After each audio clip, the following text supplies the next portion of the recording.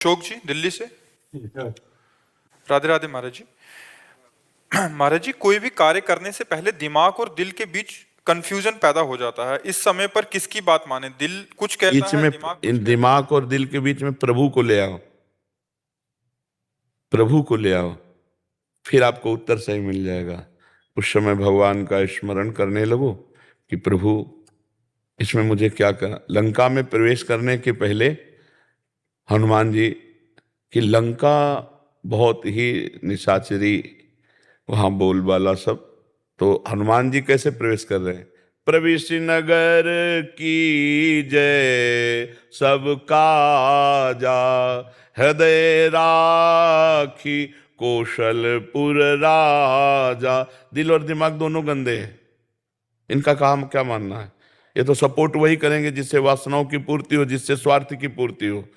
जो हमें सही निर्णय दे सकते हैं वह भगवान। हम उस समय भगवान का नाम सुमिरन करें, भगवान से प्रार्थना करें तो सच्चा उत्तर आ जाएगा, करना है या नहीं करना है। वैसे हमें लगता है सबको उत्तर मिलता है बिना पूछे।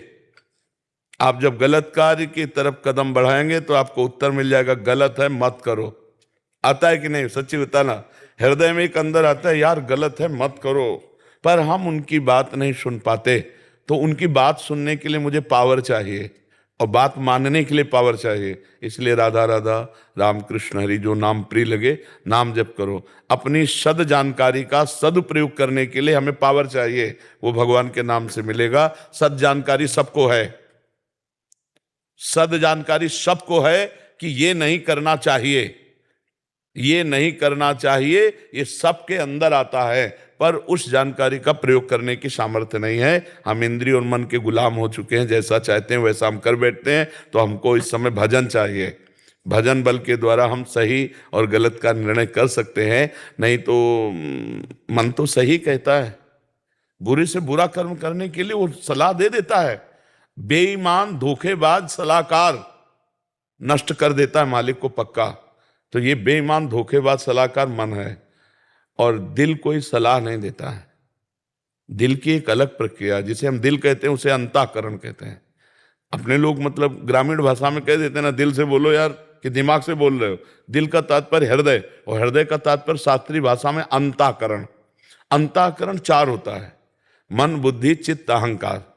बुद्धि का काम है निश्चय करना, मन का काम है संकल्प बनाना, चित्त का कार्य है उस विषय का चिंतन करना, अहंकार का कार्य है स्वीकार कर लेना।